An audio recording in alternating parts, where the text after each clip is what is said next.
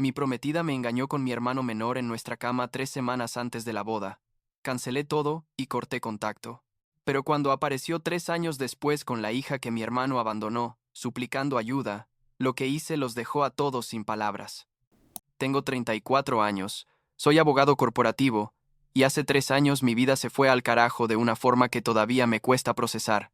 La cosa es que necesito sacar esto de mi sistema, porque lo que pasó básicamente destruyó mi familia. O bueno, lo que yo pensaba que era mi familia. Supongo que debería empezar desde el principio, cuando todo parecía normal, cuando pensaba que iba a casarme con el amor de mi vida y que mi hermano menor era solo un idiota inmaduro pero inofensivo. Rachel y yo nos conocimos en la Universidad de Derecho, tipo hace como 8 años ya. Ella era inteligente, ambiciosa, teníamos los mismos objetivos profesionales, ya sabes, esa conexión que crees que es suficiente para construir una vida. Nos comprometimos después de 5 años juntos, y honestamente pensé que era la decisión más correcta que había tomado en mi vida. Habíamos planeado una boda para la primavera. Nada extravagante pero bonito. Como 150 invitados. Un lugar decente en las afueras de la Pudose, ciudad. Yo trabajaba en un bufete grande. Ella también era abogada pero en una firma más pequeña. Todo iba bien. O eso creía yo como el idiota que era. Las cosas empezaron a cambiar como 6 meses antes de la boda. Rachel perdió su trabajo. La firma donde trabajaba cerró un departamento completo y ella quedó en medio del recorte. No fue su culpa, realmente fue mala suerte, pero obviamente le pegó duro. Ella era el tipo de persona que definía su identidad por su carrera, así que de repente estar sin trabajo la dejó como perdida. Yo le dije que no se preocupara, que mi salario era suficiente para los dos mientras encontraba algo nuevo, que usara el tiempo para relajarse un poco antes de la boda. Creo que ese fue mi primer error, asumir que las cosas se resolverían solas. Entonces, Rachel decidió inscribirse en una clase de cerámica. Sí, cerámica, como hacer vasijas y esa onda. Dijo que necesitaba algo creativo para despejar la mente, algo completamente diferente al derecho. Me pareció bien, la verdad. Pensé que era saludable que tuviera un hobby. Lo que no sabía, lo que no tenía ni puta idea, era que mi hermano Lucas también estaba en esa clase. Él había empezado como un mes antes porque, no sé, estaba en una de sus fases de encontrarse a sí mismo o lo que sea. Lucas siempre fue así, tipo el niño consentido de la familia que nunca pudo mantener un trabajo estable, saltaba de una cosa a otra, vivía de trabajos temporales y del dinero que le daba mi mamá. Tenía como 28 años en ese momento, 5 años menor que yo. Y básicamente era un desastre con patas pero con suficiente encanto como para que la gente, especialmente las mujeres, le perdonaran todo. Al principio no me pareció raro que Rachel mencionara a Lucas cuando hablaba de su clase. Oye, vi a tu hermano hoy. Está haciendo unas piezas interesantes, ese tipo de comentarios casuales. Lucas vivía en la misma ciudad que nosotros. A veces nos veíamos en cenas familiares, pero no éramos cercanos. Yo siempre fui el hermano responsable, el que sacaba buenas notas, el que tenía un plan de vida. Él era el opuesto total. Mi mamá lo adoraba precisamente por eso, porque era su bebé, su niño que necesitaba protección constante. Mi papá era más neutral, trabajaba en construcción, y básicamente se mantenía al margen de los dramas familiares, pero entonces Rachel empezó a pasar mucho tiempo con Lucas. Como que la clase era 2 veces por semana, pero de repente estaban quedando para practicar en otros momentos, iban a tomar café después de las sesiones, ella lo mencionaba constantemente. Lucas dice esto.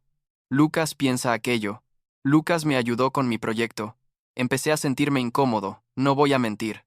Una tarde le pregunté directamente, oye, ¿no crees que estás pasando demasiado tiempo con mi hermano? Ella se molestó. Me dijo que estaba siendo paranoico, que solo eran amigos, que ella no tenía muchos amigos desde que perdió el trabajo y que Lucas era divertido y la hacía sentir mejor. Me hizo sentir como un novio celoso y controlador, así que me guardé mis dudas y traté de confiar en ella. Gran error. Número 2. Esto siguió durante como 2 meses. Yo trabajaba mucho. Había agarrado un caso grande en el bufete y llegaba a casa tarde casi todos los días. Rachel pasaba todo el día fuera, supuestamente en la clase o buscando trabajo o con Lucas haciendo cerámica o tomando café o lo que fuera. Cuando le preguntaba cómo le había ido en las entrevistas de trabajo, siempre tenía excusas vagas. No hubo química con el entrevistador. No era el tipo de firma que buscaba, necesitaba más tiempo.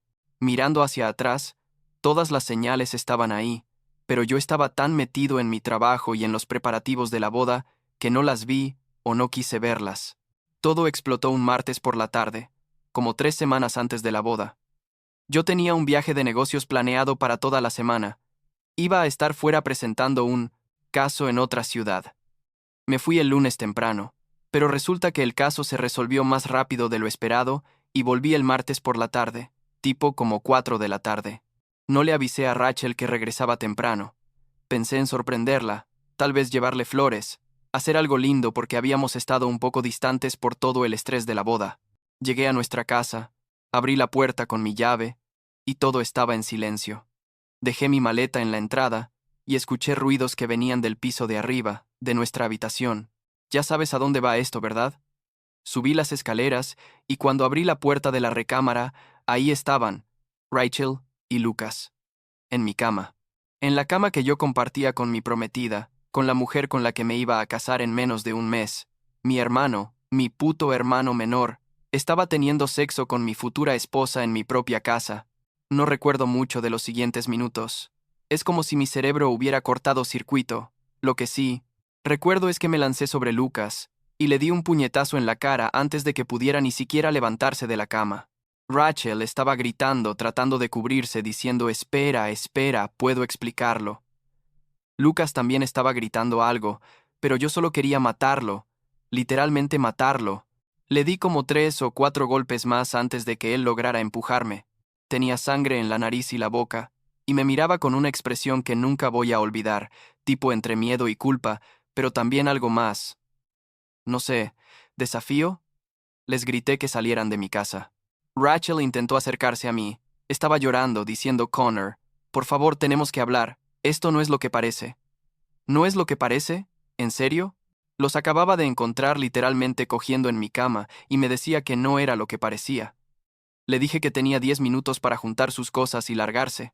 Lucas ya se estaba vistiendo, rápido, sin decir nada. Rachel seguía llorando y tratando de explicar, pero yo no podía ni mirarla. Bajé, agarré la maleta de ella que estaba en el closet de la entrada y empecé a tirarle su ropa adentro. Todo lo que encontré. Ella bajó vestida, todavía llorando, y yo le tiré la maleta y le dije que se fuera y que nunca más volviera. Lucas todavía estaba ahí, parado en la sala como un idiota. Le pregunté cuánto tiempo llevaba esto. Y él solo me miraba. ¿Cuánto tiempo? Le grité. Él dijo, como 2 meses. 2 meses. 8 semanas. Todo el tiempo que yo pensaba que eran amigos haciendo cerámica, estaban teniendo una aventura. Le pregunté por qué, aunque era una pregunta estúpida porque, ¿qué respuesta podía darme que hiciera esto mejor? Él dijo algo que todavía me hierve la sangre cuando lo recuerdo. Dijo, la amo, Connor. Siempre la he amado desde que la conocí. No lo planeamos, solo pasó. Sentí que me iba a explotar la cabeza. Le dije que saliera de mi casa antes de que llamara a la policía o antes de que lo matara, que pasara primero. Él se fue, pero antes sacó su teléfono y me mostró los mensajes entre él y Rachel. Había como cientos, meses de conversaciones que yo no sabía que existían. Te amo, te extraño, no puedo esperar a verte, odio tener que esconderme. Fue como un segundo puñetazo al estómago. No solo me habían traicionado esa noche, habían estado planeando esto, mintiendo todo el tiempo, construyendo una relación completa a mis espaldas mientras yo trabajaba para pagar las cuentas y planear una boda. Los días siguientes fueron una pesadilla. Cancelé la boda, lo cual fue humillante porque tuve que explicarle a todos por qué. Mi familia se enteró. Obviamente. Mi mamá llamó histérica, diciendo que cómo pude echar a Lucas de esa manera, que él tenía la nariz rota, que fui muy violento. Yo le expliqué lo que había pasado y ¿sabes qué me dijo? Me dijo que los errores pasan, que Rachel probablemente estaba confundida por perder su trabajo, que Lucas era joven impulsivo, que estas cosas se pueden superar en familia. No lo podía creer. Mi propia madre estaba defendiéndolos. Mi papá no dijo mucho, solo que lo sentía y que tomara el tiempo que necesitara. Como un mes después de todo esto, Rachel me contactó. Dijo que necesitaba hablar conmigo urgentemente. Yo no quería verla, pero ella siguió insistiendo, así que finalmente acepté encontrarme con ella en un café público. Cuando llegó, se veía diferente, como más delgada y cansada. Se sentó y me soltó la bomba. Estaba embarazada. De Lucas, obviamente. Como de 2 meses. Yo no supe qué decir. Solo me quedé ahí sentado, mirándola, procesando que mi ex prometida iba a tener un hijo de mi hermano. Ella me dijo que no sabía qué hacer, que Lucas quería que abortara, pero ella no estaba segura, que todavía me amaba a mí, que había cometido un terrible error. Le dije que eso no era mi problema, que ella y Lucas habían tomado sus decisiones y ahora tenían que vivir con las consecuencias. Me levanté y me fui. Mi mamá se enteró del embarazo y entró en modo abuela. De repente todo era sobre proteger a Rachel y al bebé, sobre cómo Lucas tenía que hacerse responsable. Organizó una reunión familiar a la que yo me negué a ir. Según mi papá, que sí fue, mi mamá básicamente obligó a Lucas a casarse con Rachel. Ellos se casaron en una ceremonia pequeña como a los 4 meses de embarazo. Mi mamá me llamó para decirme que debería ir a apoyar a mi hermano en su gran día. Le dije que ella podía irse a la mierda, que si quería seguir teniendo una relación conmigo, nunca más mencionara a Lucas o Rachel. Ella lloró. Dijo que la estaba obligando a escoger entre sus hijos. Le dije que ella ya había escogido cuando defendió a Lucas desde el principio. Después de eso, básicamente corté contacto con mi mamá y con Lucas. Solo hablaba con mi papá, y solo ocasionalmente. Seguí trabajando, me metí de lleno en mi carrera porque era lo único que tenía sentido. Los meses pasaron, nació la bebé, una niña que llamaron Olivia. Mi mamá me enviaba fotos que yo borraba sin ver. Lucas intentó contactarme varias veces, mensajes diciendo que lo sentía, que quería arreglar las cosas, que éramos hermanos. Los ignoré todos. Para mí, ya no tenía hermano. Como al año de todo esto, decidí mudarme de ciudad. No era solo por ellos, también tuve una oferta de trabajo increíble en un bufete más grande en otra ciudad como a 6 horas de donde vivía. Era la oportunidad perfecta para empezar de nuevo completamente. Me mudé. Encontré un departamento bonito. Empecé a reconstruir mi vida. Hice nuevos amigos. Salí con algunas mujeres, aunque nada serio, porque todavía estaba procesando toda la mierda que había pasado. Mi papá era el único de mi familia que sabía mi nueva dirección, y le hice jurarme que no se la daría a nadie más. Él prometió que no lo haría. Pasaron 3 años así. 3 años de paz relativa, de enfocarme en mi trabajo, de ir a terapia para procesar el trauma, de aprender a confiar en la gente otra vez. Construí una vida completamente nueva. No sabía nada de Lucas o Rachel excepto por comentarios ocasionales de mi papá, quien mencionaba que las cosas no iban bien entre ellos, que Lucas no podía mantener un trabajo, que Rachel había vuelto a trabajar pero en algo más simple, porque necesitaba cuidar a la niña. Honestamente no me importaba. Para mí estaban muertos. Entonces, hace como 2 meses, un sábado por la mañana, alguien tocó la puerta de mi departamento. Abrí y casi me da un infarto. Era Rachel, parada ahí con una niña pequeña en brazos, tipo de 2 años y algo. La niña, Olivia, me miraba con unos ojos grandes y curiosos. Rachel se veía terrible, o sea, no quiero ser cruel, pero se veía acabada. Ojeras, ropa arrugada, el pelo sin lavar. Lo primero que pensé fue, ¿cómo carajos encontró mi dirección? Rachel empezó a hablar antes de que yo pudiera cerrarle la puerta en la cara, dijo Connor. Por favor, necesito tu ayuda. Lucas nos abandonó. Se fue hace 3 meses y no sabemos dónde está. No tengo dinero. No tengo a nadie más. Tu mamá me dijo que te encontrara. Ahí fue cuando saqué mi teléfono y llamé a mi papá. Le pregunté si él le había dado mi dirección a Rachel. Él se puso nervioso y admitió que sí, que mi mamá lo había presionado, que Rachel estaba desesperada y con una niña pequeña. Colgué. Mi propio padre me había traicionado después de 3 años de prometerme que mantendría mi ubicación en secreto. Volví a mirar a Rachel. Ella seguía ahí, con la niña en brazos, esperando que yo dijera algo. Le pregunté qué quería. Ella dijo que necesitaba un lugar donde quedarse, que no tenía a dónde ir, que Olivia necesitaba estabilidad. Básicamente quería que yo, el tipo que ella había traicionado de la peor manera posible, el tipo cuyo hermano la había embarazado y luego abandonado, la rescatara. La audacia era impresionante. En serio. Le dije que no, que ni de coña iba a dejarla entrar a mi casa o a mi vida otra vez. Ella empezó a llorar, diciendo que no tenía opciones, que su familia no quería hablar con ella por todo el escándalo, que los amigos le habían dado la espalda. Entonces sacó un papel doblado de su bolso y me lo dio. Era una carta de mi mamá. La leí ahí mismo en la puerta. Básicamente decía que yo tenía la responsabilidad de cuidar a Rachel y a Olivia, que eran familia, que yo era egoísta por haberlos abandonado a todos, que un hombre de verdad haría lo correcto y les daría un techo. Me dio tanta rabia que me temblaban las manos. Le dije a Rachel que esperara ahí. Entré a mi departamento. Saqué $500 en efectivo de mi cartera. Volví y se los di. Le dije que eso era todo lo que iba a hacer por ella, que se fuera a un hotel o a donde quisiera, pero que no volviera a buscarme nunca más. Ella intentó decir algo más, pero yo ya estaba cerrando la puerta. La oí quedarse ahí parada por como 2 minutos más, probablemente esperando que cambiara de opinión, pero eventualmente escuché sus pasos alejándose. Después de eso, llamé a mi papá otra vez. Le dije exactamente lo que pensaba de él por traicionar mi confianza, por dejar que mi mamá lo manipulara, por poner las necesidades de Rachel sobre las mías después de todo lo que ella me había hecho. Él trató de explicarse, diciendo que solo quería mantener la paz en la familia, que pensó que tal vez después de 3 años yo estaría más dispuesto a ayudar. Le dije que no quería volver a hablar con él, que ya no tenía familia. Él se quedó callado y colgué. Pero la historia no termina ahí, porque yo también me puse a pensar. Rachel había dicho que Lucas las había abandonado y que no sabían dónde estaba. Algo en mí, no sé si era curiosidad morbosa o qué, me hizo querer saber qué había pasado realmente. Llamé a un amigo que trabaja en investigación privada, le pedí que encontrara a Lucas. Me costó como $1000, pero 2 semanas después tenía una dirección. Lucas estaba viviendo en otra ciudad, trabajando en un bar, aparentemente con una nueva novia.